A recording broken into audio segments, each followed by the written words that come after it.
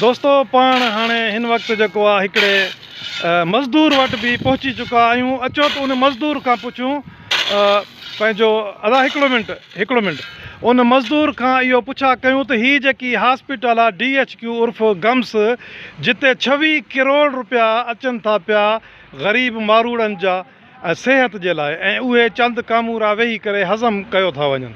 सो हिन ग़रीब खां पुछूं था त छा तव्हां जॾहिं DHQ उर्फ़ गम्स इस्पताल वेंदा आहियो त तव्हांखे दवा मिलंदी आहे या न?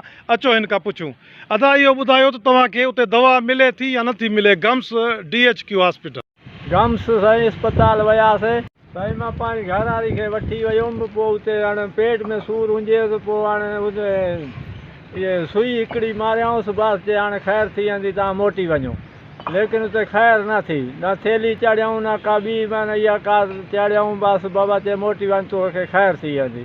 लेकिन असां वरी पोइ 2-3 ॾींहं रखी ताईं सही न थी, वरी पोइ असां वियासीं कोट अस्पताल में, हथु ॾेखारियोसीं, उॾाई वरी थेलियूं ॿेलियूं चढ़ियूं, पोइ वञी इहे माना मोशन हुया कुझु इहे हुया, पोइ वरी बंदि थिया आहिनि।